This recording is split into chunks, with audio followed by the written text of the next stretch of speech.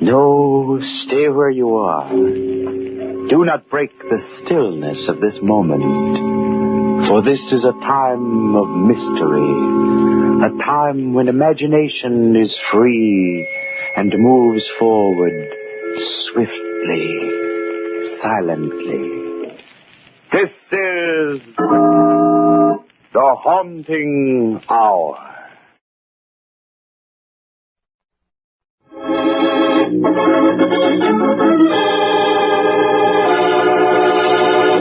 Murder wears a strange mask.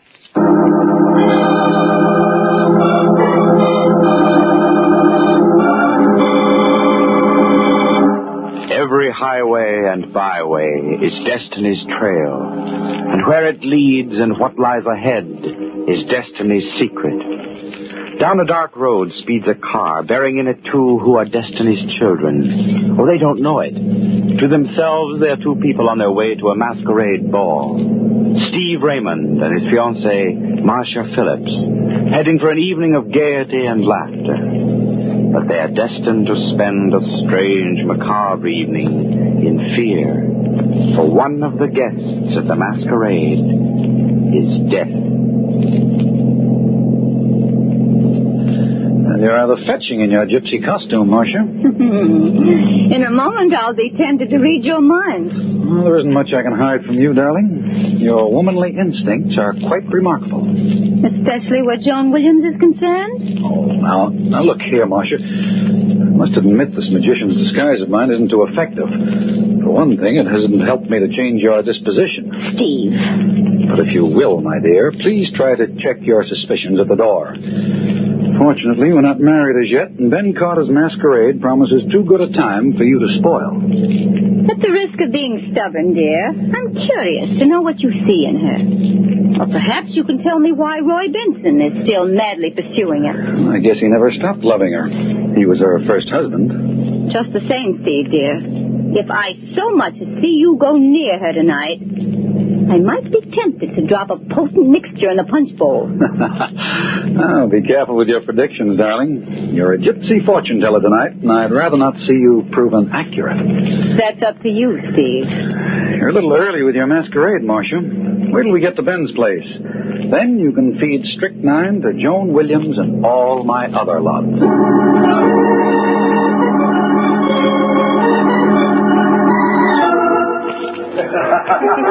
Hello, Steve. Marcia. Oh, pardon me. I'm not supposed to know who you are. That wasn't fair, Ben. What else could we expect from my partner, dear?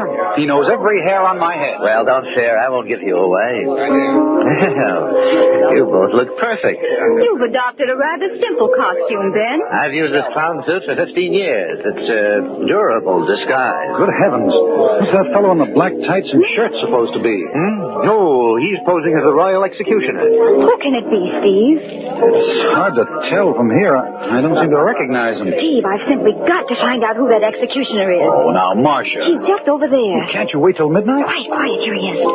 Why, I beg your pardon? Good evening. That's a very unusual costume you're wearing. Thank you. I merely borrowed it from a friend of mine. I hope it's effective. Your voice, it's quite familiar. Oh, now, Miss Phillips, don't you recognize Steve Raymond's rival for Joan Williams' hand? Roy Benson. Of course. I follow Joan everywhere, and especially on a night such as this. I couldn't resist seeing her dressed as Cinderella. And in a very charming costume, too, no doubt. Oh, but naturally, my wife, I beg your pardon, my former wife, has a talent for being beautiful. Now, what sort of executions do you have a hand in, Roy? Oh, no special method, Steve. I've really no preference. Hush, gentlemen. The dream approaches. Cinderella. Oh, my, what a charming trio. A magician, a gypsy, and an executioner. You're looking lovely, my dear. Thank you, Roy. How are you, Marcia? I don't know. As yet. How are you, Steve, dear? Looking for a glass slipper, Cinderella? And perhaps a way to break our engagement. Perhaps. Quiet, everyone. Ben's getting ready to speak. Ladies and gentlemen of the masquerade, as master of the revels, I welcome you to the ball. You've been asked here, disguised in the roles for which you have all longed these many years. You are all strangers to one another, your identity known only to yourselves. Thus you will remain till midnight. But till that hour, the mystery of the unknown is yours. The excitement of living a dream is in your hands.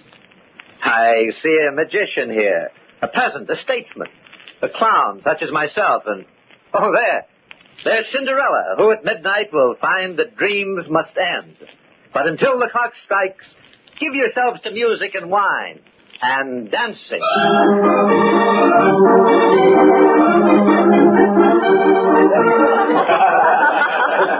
Now, there you are, my friends. The wiles of the sorcerer are many. Oh, show us another trick, magician. No, I must put my knives away now. One more trick, and your eyes will be quicker than my hand. Steve, I've got to see you. Oh, want to know how I did that last trick? Come here, quickly. What's the matter, Ben? There's something upstairs I want you to see. Can't it wait? You had better come now. Whatever it is, you're guarding it like a state secret. Ben, don't look so pale. It can't be as bad as all that. Were you up here earlier this evening? Yes, I think so. Were you in the library? You must have been spying on me. I was there a little while ago. Where are we going? To the library. Here we are. There. In front of the fireplace. No, it can't be. Unfortunately, it is. Joan Williams. Stabbed to death. I don't believe it. It's not an illusion, Steve. It's real. I found her like this a few minutes ago. But how did it happen? I thought you could tell me. What are you talking about? Look at that knife closely. Good heavens. Isn't that one of the knives that you were using in your demonstration tonight, Steve? Oh, you're talking nonsense, Ben. I didn't kill her. Who said you did? Well, you inferred it. Oh, what's the sense of this wrangling? Joan's dead. I didn't do it, but I want the man who did. There's a set of prints on the knife handle, Steve. If they match yours, well, that's the answer. You're pretty well convinced that I murdered her, aren't you, Ben? We'll let the police decide that. I'm going to call them. Well, no, you can't, Ben. You've got to give me a chance first. No? What do you mean? I swear to you that I didn't do it, Ben. Now, you've got to let me find who did. Just a few hours, that's all I need. Just till midnight. All right, Steve. Till midnight, then.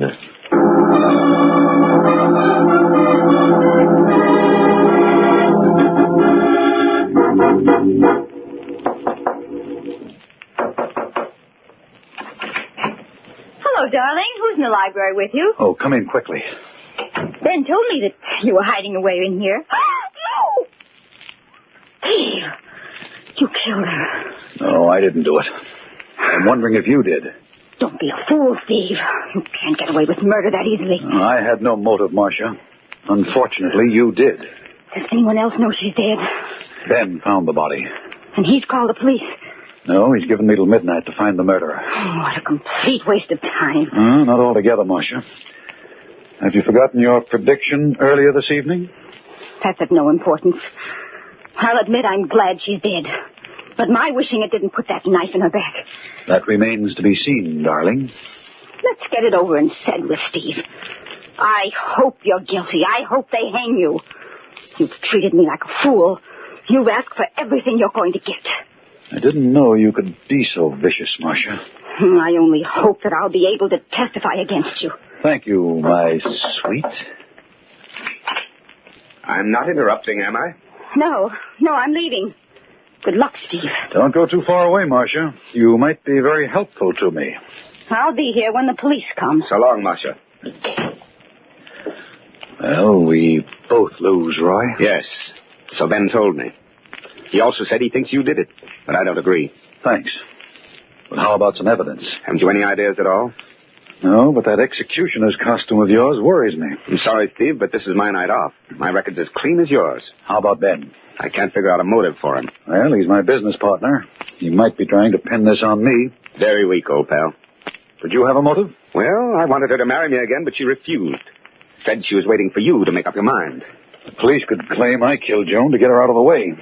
Oh, they'll dream up some motive. I'll tell you what I'll do, Steve. I'll come in with you. I don't think you did it, and I've as much a stake as you in finding the murderer.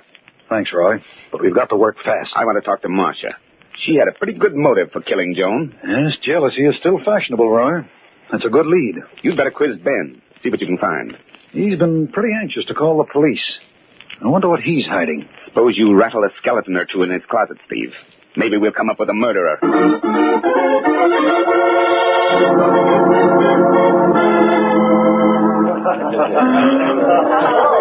Any clues so far, Steve? It's not very encouraging, Ben. Remember our agreement. Midnight's the deadline. You know, Ben, I've completely neglected to ask you some rather important questions. No. What's on your mind, Steve? Well, for one thing, how come you happened to find Joan's body? I'll tell that to the police. Oh, I'm trying to clear myself of suspicion of murder, Ben. Make a very bad debating partner. Why not question Roy Benson? Now, listen, Ben, this is no idle business transaction. You've accused me of murder. You might be decent enough to explain why I should be so certain of your innocence. Suppose I call the police.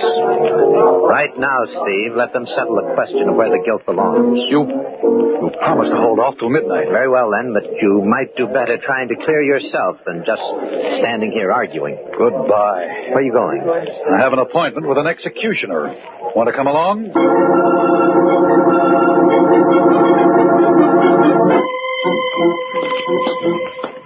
Is Roy waiting in the library? Yes. That's strange. What's wrong? The door's locked, but the key is in the lock. Here, let me open it. Here we are. Ben, look, there by the table. Great Scott. It's Benson. We're too late. He's dead. It's horrible. The bullet did a thorough job. Strange we didn't hear the shot. I used a silencer. It's still on the gun. No, don't touch it, Ben. Leave it for the police.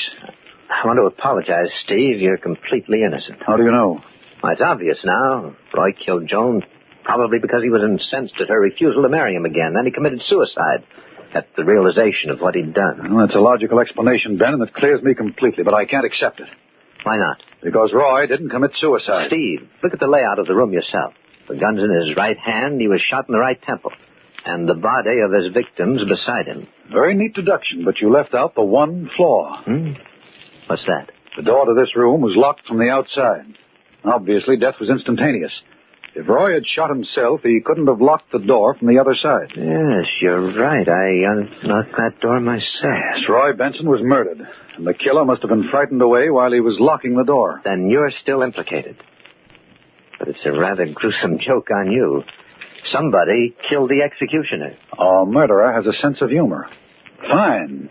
Maybe my laugh's coming up.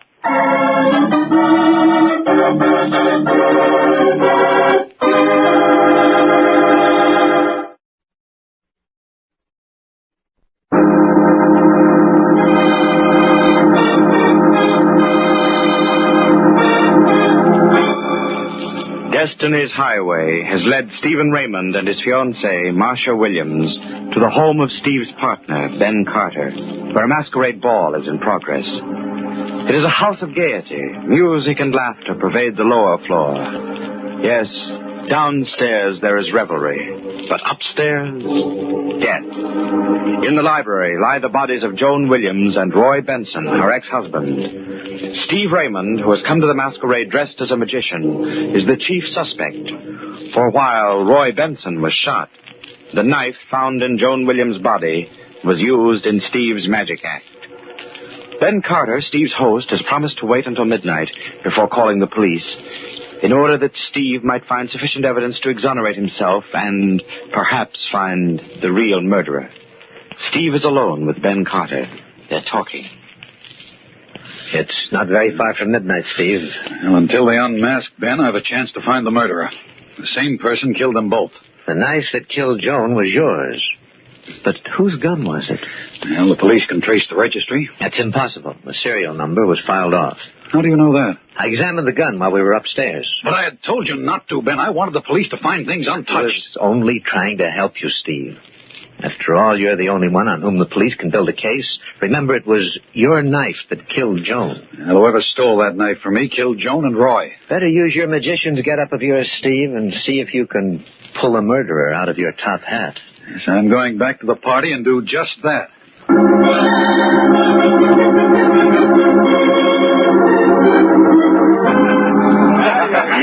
Oh, you must be a real magician. Yes, madam, I'm a successful stockbroker. Same thing. How about another chick? Oh, I'm sorry, but I've concluded my last performance. For a long while, I'm afraid. Steve, I've got something to tell you. What is it? I can't tell you here. Come into the next room. All right.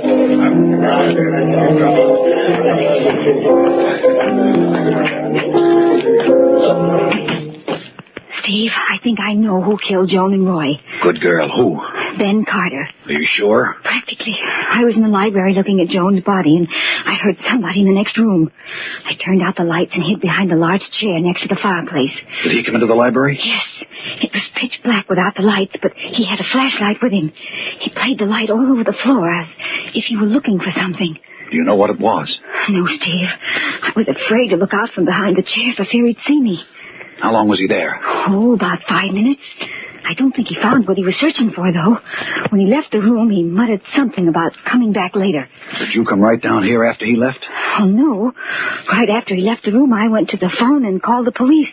Why did you do that? Well, I found the murderer, so it was my duty to notify them. How do you know Ben didn't hear you call? Oh, I waited until he was far enough down the hall. I even kept the lights out in case he happened to look back. How long ago did you phone? Just a few minutes ago. I came right down here to you after I called. I'll have to work fast. Come along, Marcia. I want to look at that library.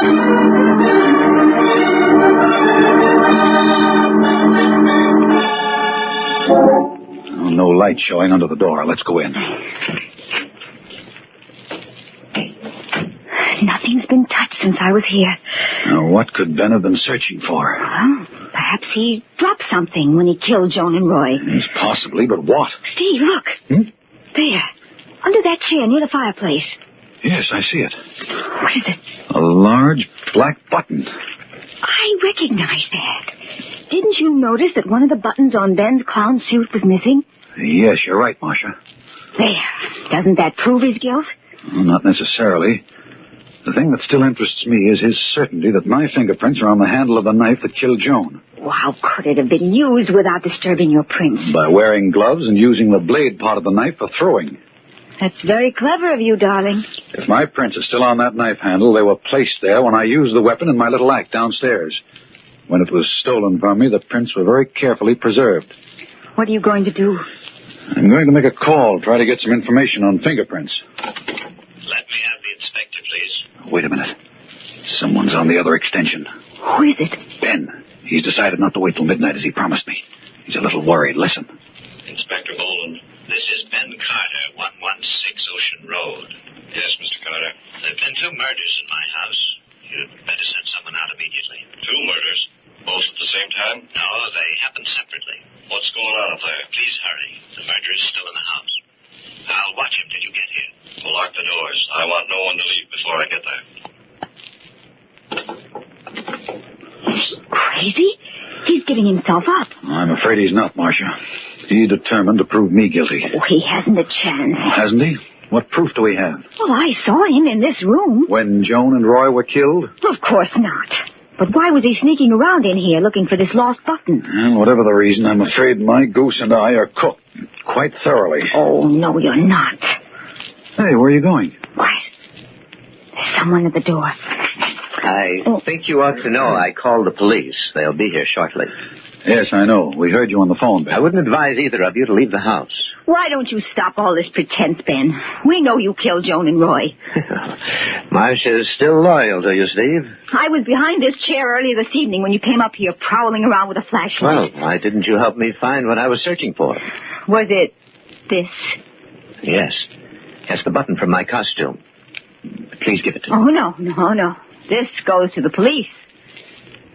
Well, don't be absurd, Marcia. I lost it up here before the ball began. I'm sorry to contradict you, Ben, but it was on your clown suit when we first came tonight. Oh, right. Thanks for calling the police, Ben. All right, I admit I lost it up here after Joan and Roy were killed. I wanted the button back because I knew it would look suspicious if the police found it. Mm-hmm. It's midnight. I have to end the masquerade. Yes, and we mustn't delay the master of the revels. Coming, Steve? Yes, might as well, Ben. We'll keep an eye on one another until the police decide which one of us is the murderer.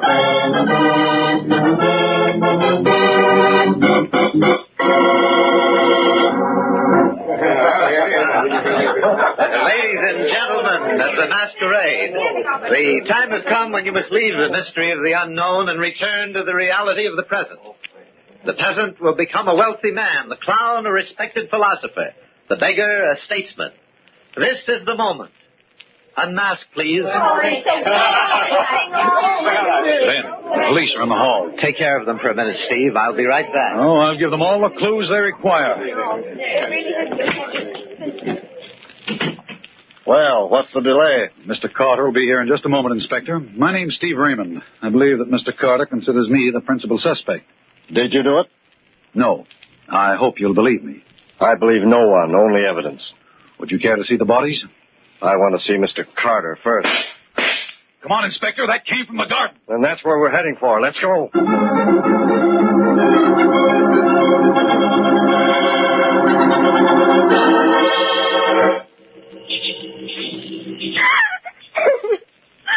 Oh, it was horrible. All right, now, calm yourself. We've no time for hysteria. I was sitting here under this arbor when I suddenly heard someone moving in back of me. I turned around quickly and saw Ben come toward me. That gun was in his hand. What did he say to you? Oh, his face had sort of a crazy look on it. He told me that I was the only one who could possibly testify against him. He came closest to me and brought the gun down as if to strike me. Did he hit you? No, I dodged the blow and I grappled with him for the gun. Finally, I managed to get possession of it. And I shot him. It was the only thing I could do. Let me see that gun, Mr. Raymond. Here you are, Inspector. Will you hold the flashlight, Mr. Raymond? Surely. Now, just a little fingerprint powder over the butt of the revolver. There we are. Now, do you see the impression? Yes, there are two distinct sets of prints on the butt. Just as I told you, Ben and I fought for the gun. Is your conclusion the same as mine, Mr. Raymond? I'm afraid it is, Inspector. Marcia lied in her story. That's ridiculous, Steve. Don't you see the two sets of prints? That's just it, Marcia. If you and Ben had fought for possession of the gun, the two sets of prints would have been smudged and blurred. Not distinct and clear as they are now. It was very convenient of you to tell that story. Why'd you try to kill this man? Try? He's dead, isn't he? Not quite. Fortunately for him, one bullet missed and the other just creased his scalp. He'll be around shortly and in fine shape to testify against you. This was your second mistake, Marcia. I first became suspicious of your sudden reformation in my behalf when you told me you dialed the police telephone number in the darkened library. I was convinced you hadn't phoned when we listened in on Ben's call to police headquarters. It was obvious from the inspector's reaction that it was the first report of the murders he had had. Watch out, young lady. Don't make me chase you through the garden. I'm not that young anymore. Let go of me. Go of me. Of course I killed him. Joan was a worthless fool trying to take you away from me. I stole your knife and used it the way you guessed I did. Your prints were on the handle, but Ben didn't know for certain whether they were yours. Why did you kill Roy? He accused me of killing Joan, and he told me that he had the proof to back up his charge, and I couldn't take a chance. If I hadn't locked the door, you would never have guessed that it wasn't suicide. One mistake is all that's needed, young lady. Well, Mr. Raymond, I guess that's about all. Yes, Inspector. I'm afraid the masquerade is over.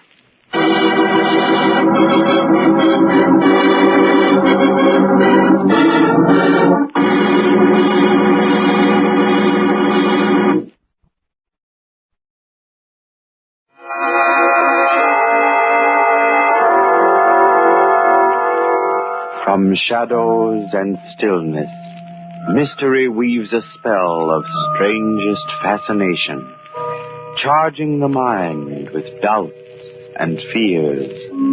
For mystery is a strange companion, a living memory in the haunting hour.